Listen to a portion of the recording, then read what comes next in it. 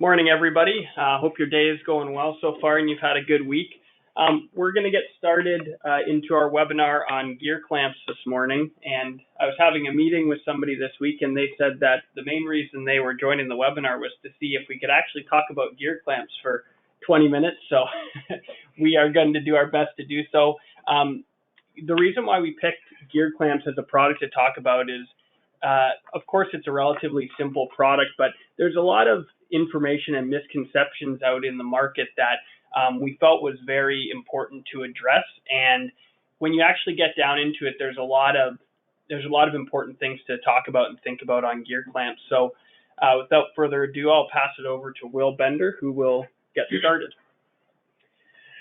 Hello and welcome everybody to our webinar on gear clamps. We're glad you decided to join us. My name is Will Bender. I am the Quality Assurance Analyst here at Boshart Industries, and backing me up, I have Paul Erb, who is the Research and Development Manager. Feel free during the presentation to type out any questions that you have. We will do our best to answer all questions after the presentation. If you want to type out a question, you should see a sidebar on the right-hand side of your screen.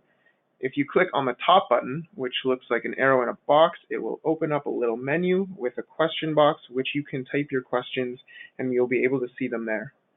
If you're referencing a specific slide, please note the slide number. The numbers will be displayed on the bottom right-hand side of the slide. You can stay connected with us by following Boshart Industries on Instagram, LinkedIn, and Facebook. Clamps are pretty easy to use and understand how they work, but we chose to do a webinar on clamps not just to explain the function, but because there's also a lot of published information on clamps that isn't exactly true, just as Chris had said. In this webinar, I will go over what gear clamps are, where they're used, some features and benefits of our clamps, and the quality assurance performed here at Boshart, as well as the common misconceptions and myths about clamps. I am going to explain what a gear clamp is and how it works as a refresher for those of you who already know and for those of you who are just here to learn. It's important to note that worm gear clamps are also known as just gear clamps, worm drive clamps, and hose clamps. They consist of a band, a screw, and one-piece housing like our 2-SSC series or a two-piece housing like the Breeze clamps. The housing and the screw work together to open and close the clamp band. The housing, which holds the screw, is fastened on the band. When the screw is turned, the threads of the screw mate with the slots of the band. This pulls or pushes the band to close or open. Worm gear clamps can fasten pipe, secure hoses, and be used wherever a strong band is needed. This is done by tightening or clamping one item over the other. The applications are not limited to a certain industry, although there are industries that use them more often. As I had said, there are industries that use them more. Plumbers use them to fasten rubber couplings to pipe and for clamping plastic piping such as poly pipe over barbed fittings. As well as fastening, the compression caused by the clamp also creates a true seal in those applications. In the automotive industry, the clamps are used to secure any type of hose or line. Rubber couplings are also used in this industry. Clamps can be found in the water well industry by well installers for the use on torque arresters. They are also used to hold dry vents and air duct work for HVAC. I will now go over Boshart's clamps and the features that they offer. We carry two lines of clamps. One are the SSC line from Breeze that are a United States manufactured clamp. Some applications require that the clamps are from the United States, and we offer these clamps to appease that requirement. The second line are our 2-SSC line.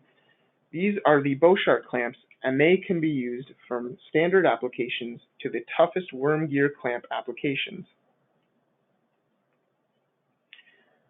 Torque testing is important because it shows how much force can be applied to the band by tightening the screw before it strips or breaks. The SAE J1508 standard used for gear clamps requires clamps to achieve 50 inch-pounds before breaking. On the Boshart 2-SSC clamp lines, Our in-house torque testing results consistently above 120 inch-pounds before braking. As a frame of reference, an average torque that someone could apply with a standard nut driver is roughly between 40 to 45 inch-pounds. These are often installed with power tools as well, or other type of socket wrenches capable of more than that, which is why a higher torque capacity is necessary. The housings of the 2-SSC series use a 3-piece interlocked system to attach to the band. You can see that the housing actually wraps around the band. The 3-piece design has the tabs of the housing curl under the band. This ensures that when the clamp is tightened, the housing tabs get held between the pipe and the band. So the tighter the clamp, the tighter the housing will be held to the band. We believe that the 3-piece interlocking system can get a higher torque rating because of this feature. I will explain the logic behind why we believe that, and the 4-piece interlocking system gets less torque. The 4-piece design interlocking housing is made up of 2 pieces, the housing and the saddle. The saddle sits under the band and holds the housing using 4 tabs. As I had said before, and this is only our belief, the 4-piece design can't achieve as high of a torque rating because of the pressure from tightening the clamp is transferred onto the 4 tabs. As the clamp is tightened, the pressure on the tabs makes them want to open up or bend out. If this happens, the housing will push away as far as it can from the band. This means that the screw will lose some engagement with the band slots. This increases the chance of the unit stripping, and why we think that the maximum torque will consistently measure lower than that of a 3-piece interlocking system.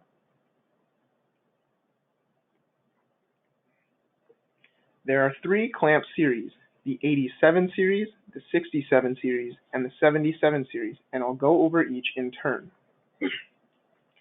The 87 series are our most corrosive resistant clamps. Each component is made up of 300 grade stainless steel. The high chromium content of the 300 grade stainless steel makes for the best corrosion resistance out of any clamp. Because of the high corrosion resistance, these clamps are marine grade, meaning that they can be used in any application, but absolutely should be used in wells or buried applications that may be exposed to corrosive elements with no shielding. The 67 series are made entirely of 200 grade stainless steel. This has less chromium than the 87 series, and so there is slightly less corrosion resistance. Once installed, these clamps should be easily accessible. This means that they should not be used in buried or well applications, but they will serve well in most other plumbing applications.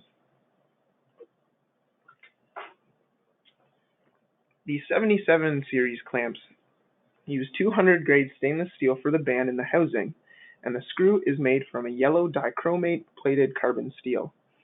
The color of the screw makes it easy to identify that it is a 77 series clamp. They are the cheapest option and can be used in standard applications where corrosion will not be an issue, such as dryer and ductwork. I had mentioned chromium and having higher corrosion resistance because of it.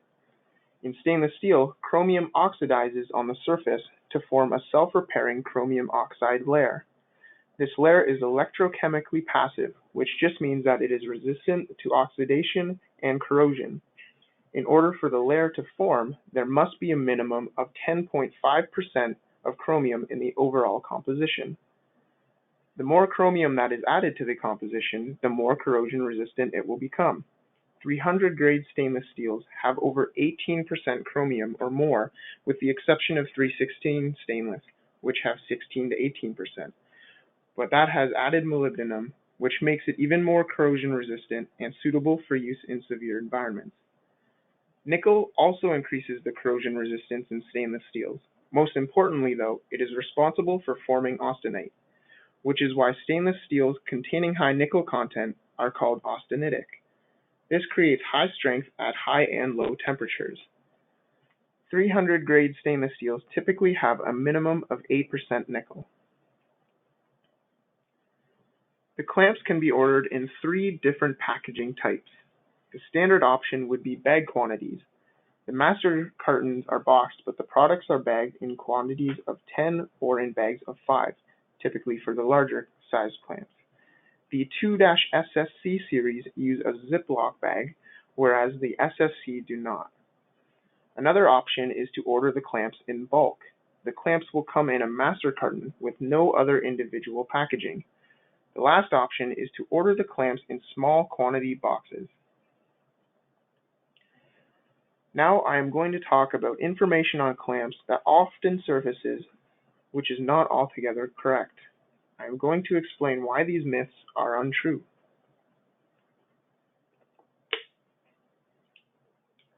The first bit of information that needs to be wholly explained is stainless steel magnetism. The misconception is that austenitic grades of stainless steel, such as 300 grades, are non-magnetic.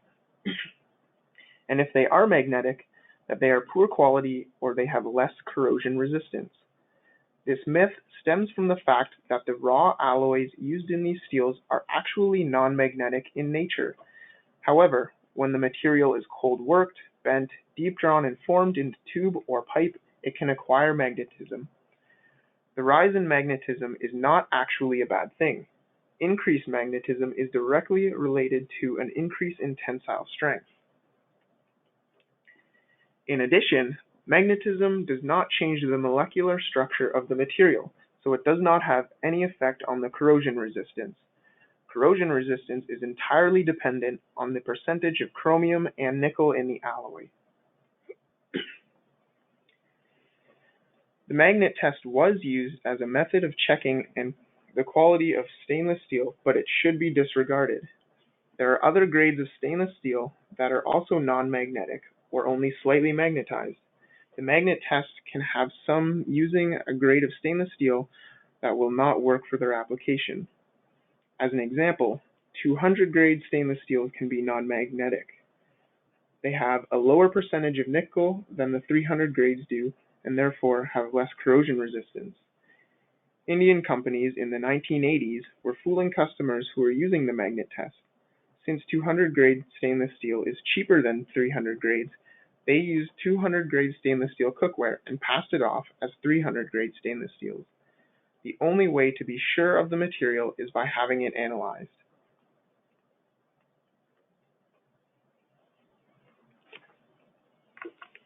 There is some discrepancy between whether or not a clamp with a 9/16 band will create more sealing force than a half-inch band. I will tell you now that a half-inch band does in fact create more sealing force. The math to support this is displayed, but I'm just going to tell you the results. On a 1-inch piece of poly pipe and tightening the screw 60 inch-pounds, the 9/16 band's total sealing force is 82.19 pounds per square inch. On the same application, the half-inch band's total sealing force is 91.6 pounds per square inch. That is almost 11.5% more sealing force than the 9/16 band. It is the same principle of standing on one nail versus standing on a bed of nails.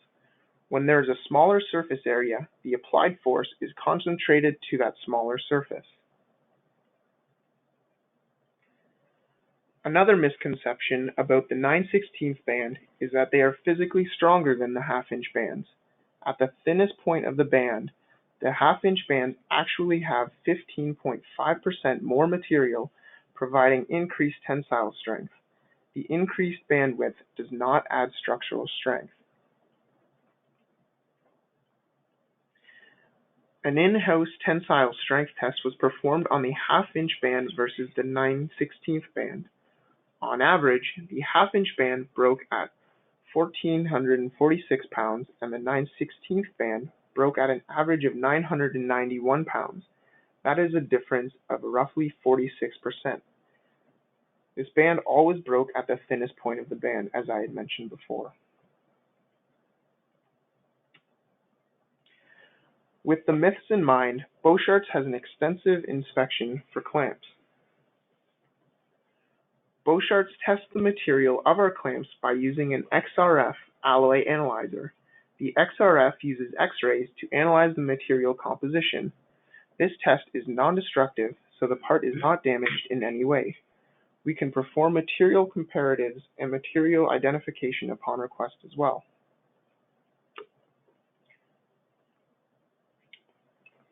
Free turning torque is how much force is needed to turn the clamp screws.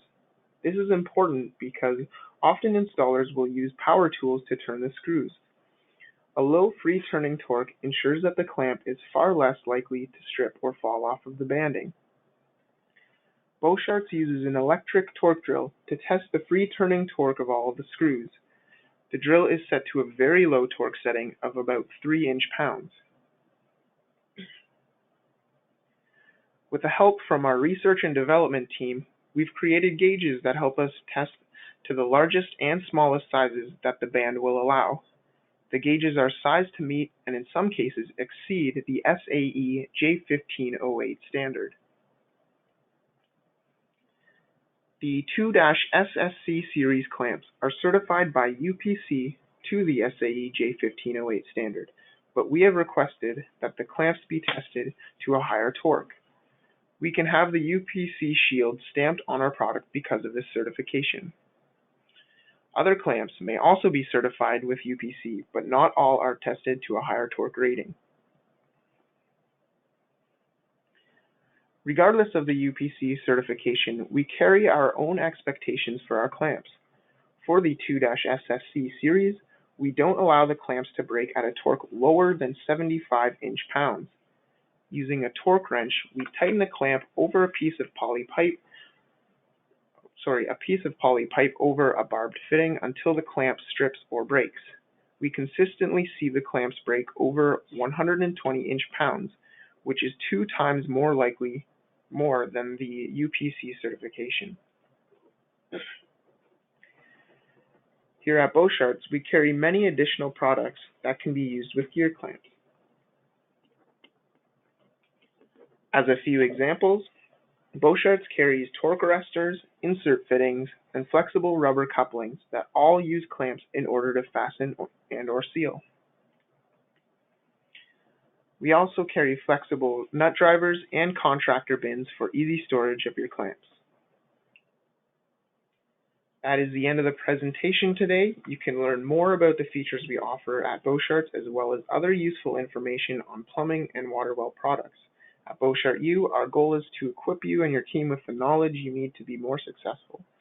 We regularly publish new blogs and content for this reason. Thanks. Thanks, Will. If you will have some times for questions right now, if you see on the right-hand side, as Will mentioned before, there should be a box that says questions on the control panel that you're able to type questions in. So we'll just wait a minute for some questions to come in.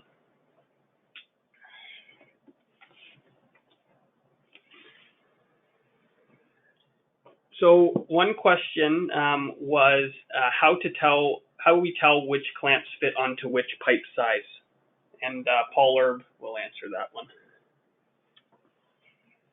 Okay, to answer that question, the one thing that you want to do when sizing a clamp is to have a minimum of about 1/2 inch of a tail piece that would extend outside of the housing, and that allows you to open up the clamp to make it easy to install over the pipe. With that, the one thing that you have to keep in mind is that with poly pipe, there's more and more variations of the pipe coming out from the traditional 75 and 100-pound low-density pipes.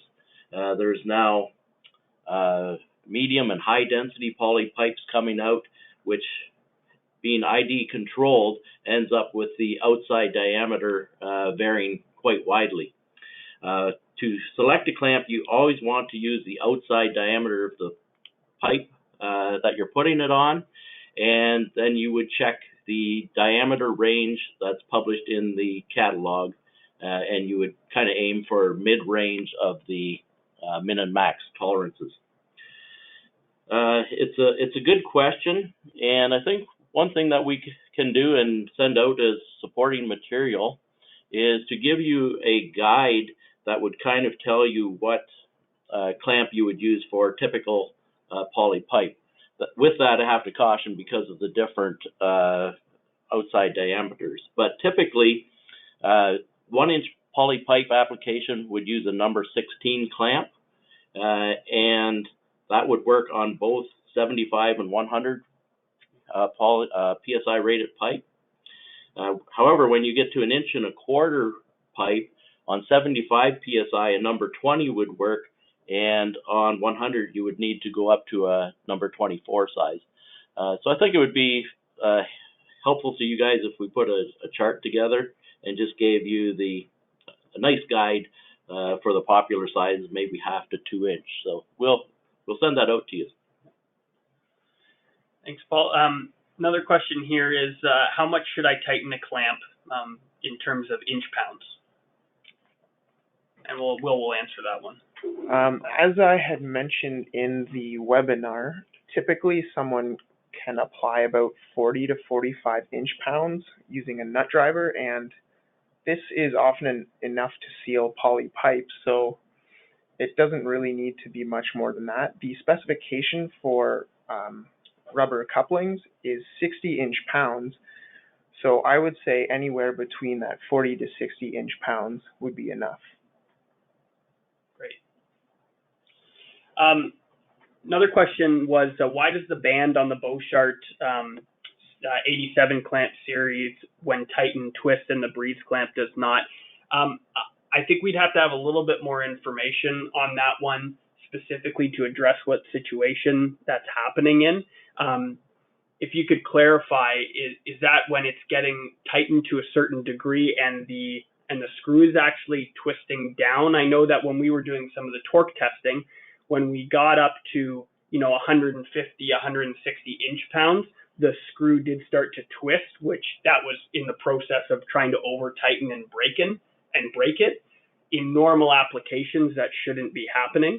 So it could be that that's going to that extent of tightening, which, as Will just said, is really tighter than you need to be putting it on the pipe for. So yeah, that would probably be a more specific situation one. So if you want to send us an email on that, then we could answer that one in more detail. But I'm assuming it's just because it's getting torqued to a level where all the other clamps will be breaking at this point.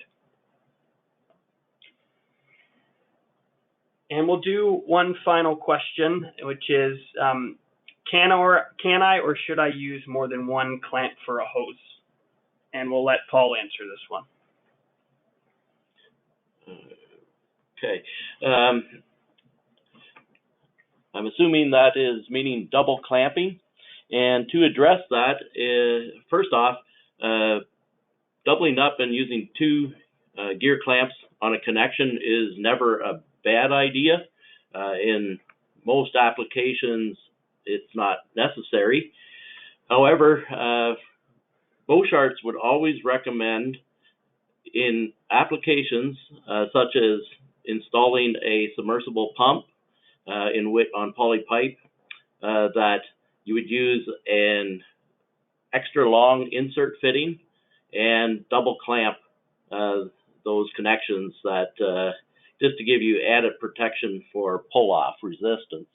And again, the other application is when those poly water lines are buried. Any of those buried connections, it's never a bad idea as added insurance to double clamp those because they're not accessible and you want them to stand up for 20, 30, 50 years. So in those applications, double clamping is definitely a benefit. In above ground and accessible applications, not a bad idea, but usually not necessary. Well, thank you very much for joining us today. We'll be sending out a link to the webinar and posting it on Boshart U early next week. We hope you guys have a great weekend.